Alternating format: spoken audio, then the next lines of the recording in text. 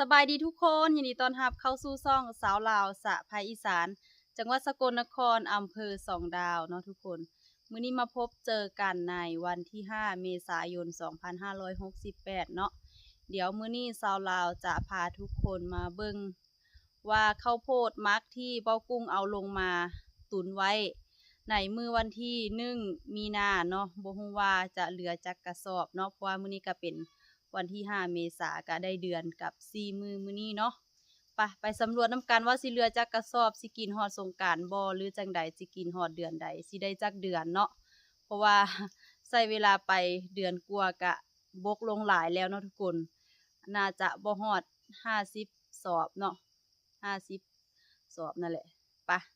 ไปเบิ่งน้ำกันมานับเบิ่งน้ำกันเหลือซ้ำนี้เนาะทุกคนบ่ฮู้ว่าเหลือจักกระสอบเนาะเดี๋ยวจะนับเบิ่ง2 4 6 8 10 2 4 6 8 9 10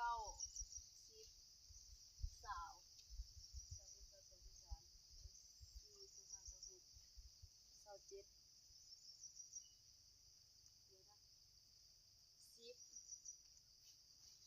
21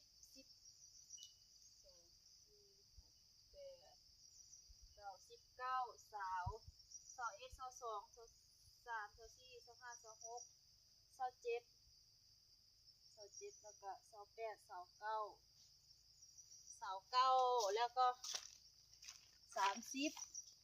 32 34 36ป๊าดทุกคนกินไปเดือนหนึ่งเบิดไปเบิดไปอันนี้36แม่นบ่เบิดไป64สอบเนาะทุกคนเบิดไปแล้ว64สอบเหลือ36สอบเนาะเก่งสุดยอดแต่ว่าเพราะว่าเราบ่มียาสดให้กินเนาะก็เลยต้องกินอันนี้หลายมื้อละ2กระสอบเนาะถ้าเอาไว้อยู่หน้าเจ้าของสิได้กินมื้อละ2สอบถ้าเอาขึ้นไป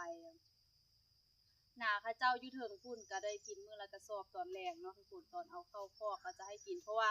เฟืองเซาลาวก็บ่มีแนวปกเนาะเอาไว้ปลาอย่างซื่อๆก็เลยฝนตกใส่บัดนี้ก็เน่า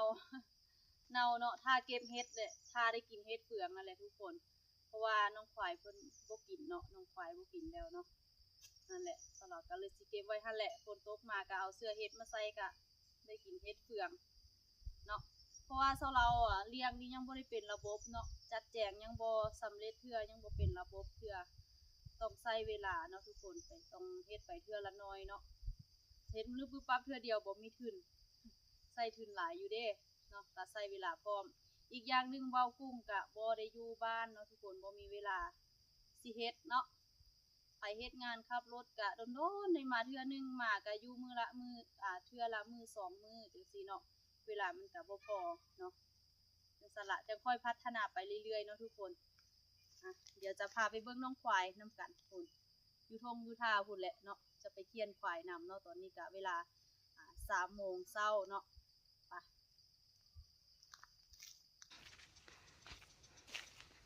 เบิ่งจอมยุทธโอ้ยพุ่นลามให้กินอยู่ทางล่างบ่กินขึ้นไปเฮ็ดหยังอยู่พุ่นโอ้ยจอมยุทธของแม่นี่ดื้อได้เรื่องเลยมึงเนาะดื้อได้เรื่องเลยพุ่นนั่นเล่มกินอยู่นี่ละนั่นฮ้อนยังไข่ยังมีโฮมให้อยู่นะเป็นยังอีไม่นางนั่นตึงเสือกเฮ็ดยังนั่น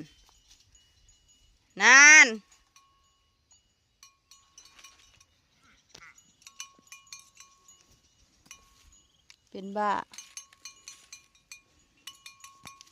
จิปล่อยแรงอาหารต้องตึงเสือกป่านนี้บ่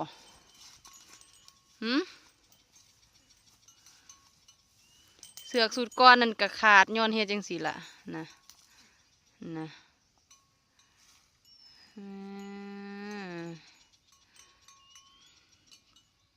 มีแต่คนคัก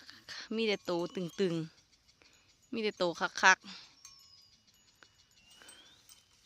เอาปล่อยออกมามืออื่นมือฮื้อก็สิก้นเอากุจี้แล่งอาหารสาวลาวตัวนี้นั่นโอ้ยก็แค่นี้ก็ซ้ำนี่ตึงเสือกว่าสันว่ามันเสือกสิขาดไอปีใหม่คือเล็มดีแท้ไอปีใหม่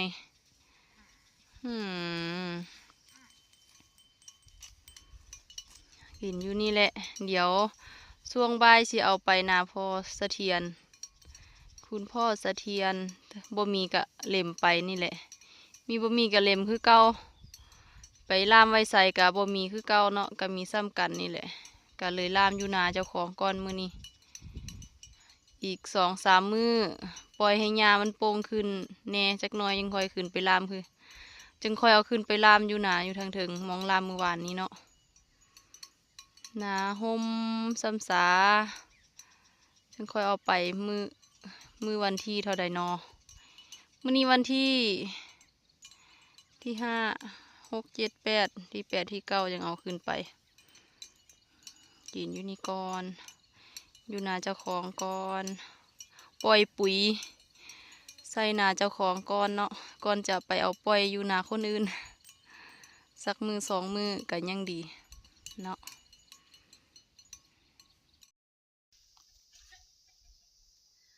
ทุกคนเคลียร์น้องควายแล้วเนาะเดี๋ยวเราจะพา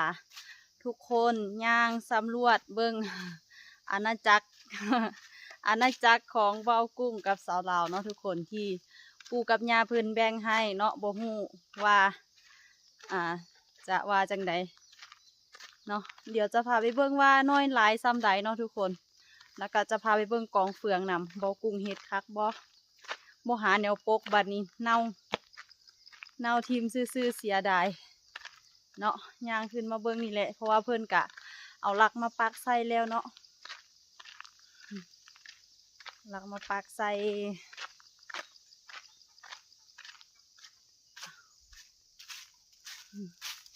เดี๋ยวกลับกล้องให้เบิ่งเนาะ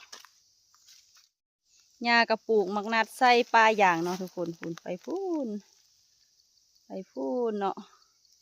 แต่ว่าก็เป็นมากแล้วแหละเพิ่นได้กินหลายเทื่อแล้วเนาะเอามากินหลายยกแล้วนี่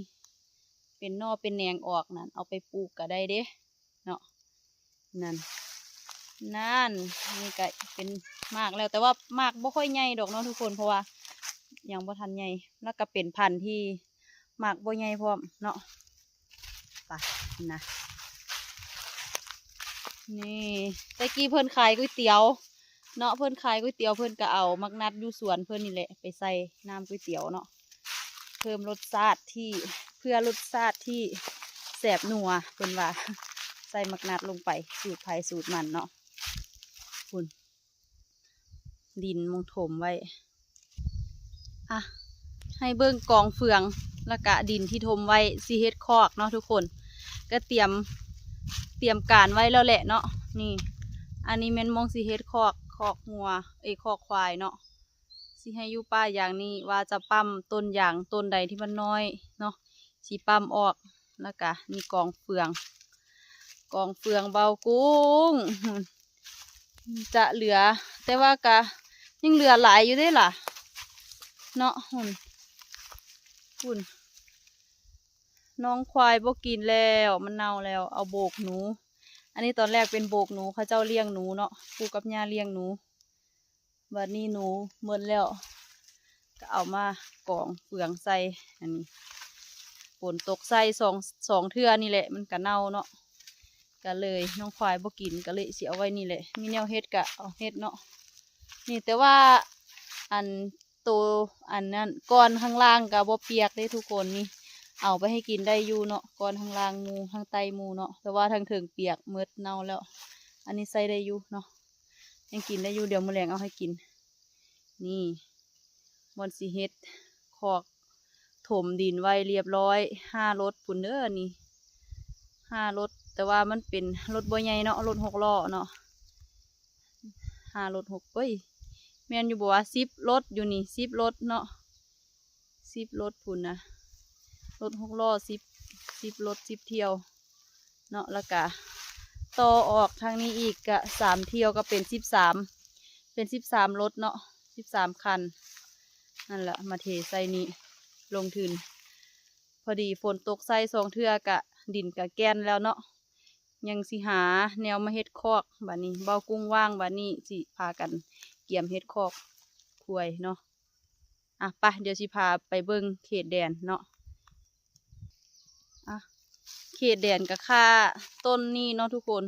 ไปหอดพุ่นเนาะหอดโซนพุ่นนั่นมองแจ้งเป็นแปลนนั้นก็เป็นของเพิ่นแล้วเนาะนั่นแหละนั่นตั้งแต่ถมดินนั่นตั้งแต่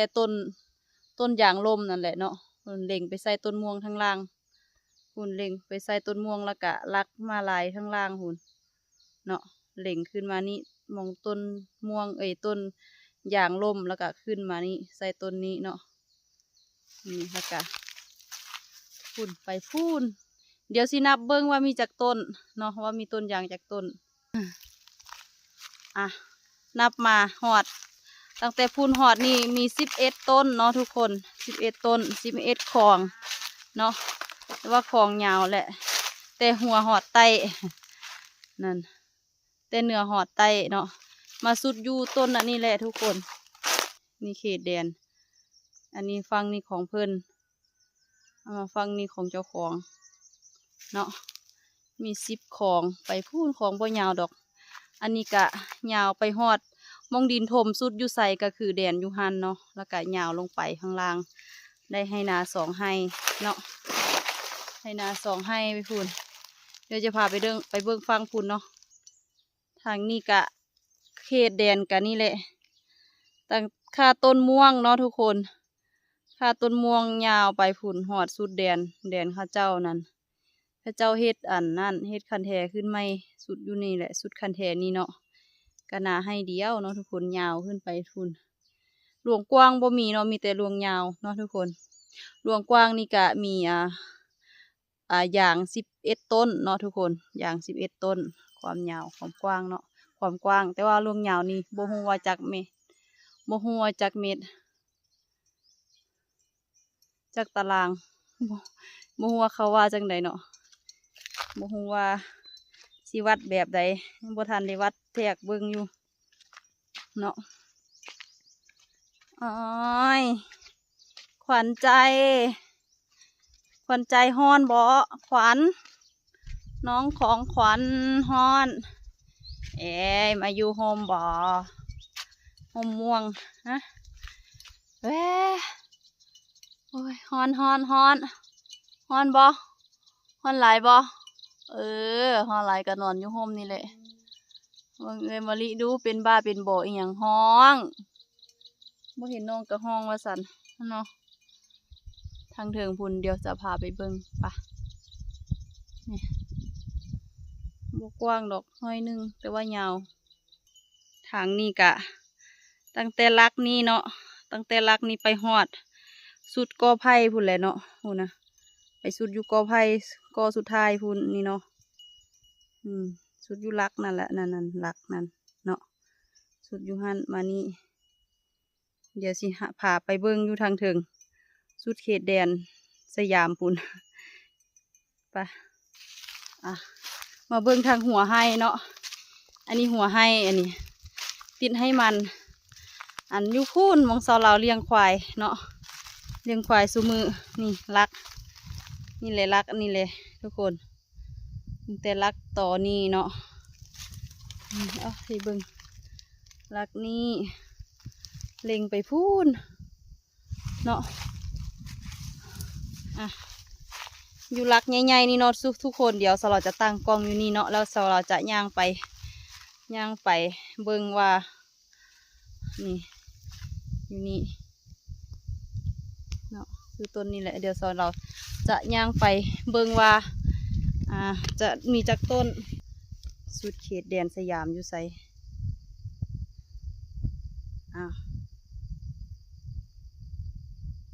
เดี๋ยวจะย่างไปนับเนาะต้นแรกคือต้นนี้เนาะทุกคนต้นแรกเนาะ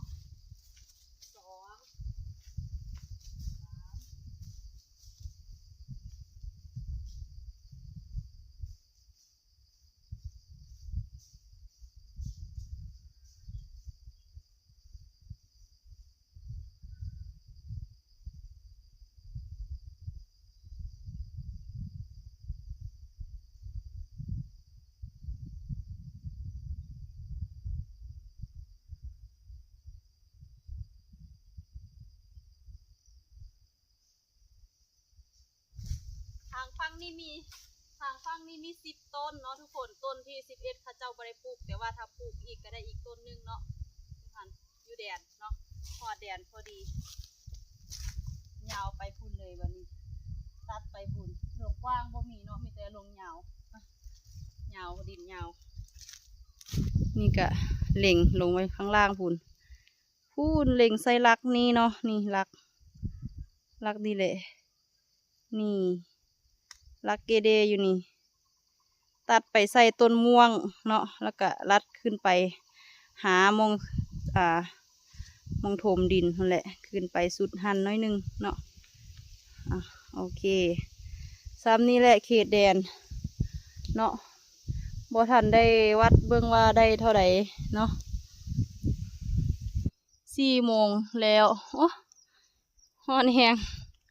เพิ่งนั่งมะลิอยู่กลางทงแม่นางกะอาปากสวโอ้ย4 โมงก็ฮ้อนแฮงเนาะทุกคนเดี๋ยวเราเอาน้องควายเข้าโฮมก่อนเนาะเพราะว่าฮ้อนเอาไว้โดนบ่ได้เนาะตากแดดโดนบ่ได้กินอิ่มแล้วบ่มะลิกินแล้วกินไหมควานกินควานฮ้อน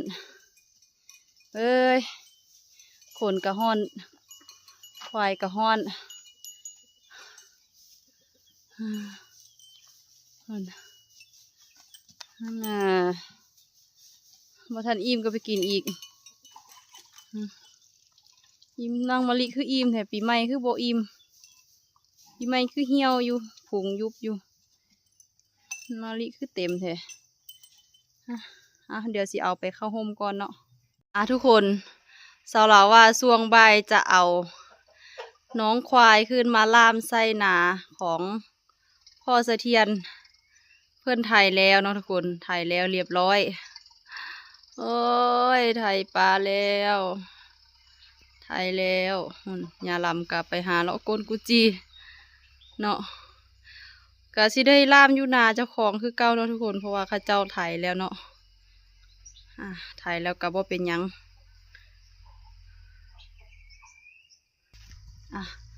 กลับมาเบิ่งน้องควายเฮาเนาะดูคอกนี่แหละเนาะเข้าห่มคอกนี่แหละเพราะว่ามื้อเว้นก็นอนนี้มื้อคืนก็นอนนี้ข้าวโพดมักให้กินแล้วโอ้โหมะลิคือกินเก่งเทวะเนาะเอาให้กระสอบ1 หาร 3เนาะข้าวห่มแล้วกะหยำบ่าย 3ก็ออกมากินอยู่นาเจ้าของนี่แหละลามอยู่นาเจ้าของคือเก่าเนาะเรียบร้อยทุกคนตอนนี้กะเวลา5 โมงแล้วเนาะทุกคนเอาเข้าโฮมตั้งแต่4 โมงพุ่นแหละเนาะนะน้องของขวัญก็กำลังกินนมจวบๆเลยเนาะทุกคนเพิ่มพลังคือกันซุมนี้กะกินข้าวโพดมาร์กเนาะนี่กินแล้วกะช่วงบ่ายๆกะเอาลงให้นาเจ้าของคือเก่าเนาะเอาในท้ายคลิปนี้เรากะขอขอบใจหลายๆทุกๆกำลังใจทุกๆยอดไลค์ยอดแชร์ทุกๆการติดตามเนาะที่เข้ามาติดตามรับชมช่องสาวลาวสะไพอีสานช่องน้อยๆเนาะทุกคนเฮ็ดมาดูแล้วแหละแต่ว่าบ่ใหญ่ยักเทื่อช่องก็ได้ถ้าคลิปนี้เนาะทุกๆคลิปเนาะทุกคนถ้าสาวลาวเว้าอีหยังไปที่บ่เหมาะสมเนาะทุกคนที่บ่ม่วนบ่เหมาะสมกะสามารถติเตียนเข้ามาเนาะทุกคนคอมเมนต์ใต้คลิปนี้แหละสาวลาวตอบทุกคอมเมนต์เนาะคอมเมนต์เข้ามาติเตียนได้เนาะทุกคนสาวลาวยินดีรับฟังแล้วก็รับเอาไปปรับปรุงแก้ไขเจ้าของให้ดีขึ้นเนาะอันใดที่บ่ดีก็คอมเมนต์มาบอกสาวลาวจะได้เปลี่ยนจะได้ปรับปรุงเนาะทุกคนเดี๋ยวคลิปนี้สาวลาวขอตัวลาทุกๆคนไปก่อนเด้อเอาไว้พบเจอกันในคลิปหน้าสบายดี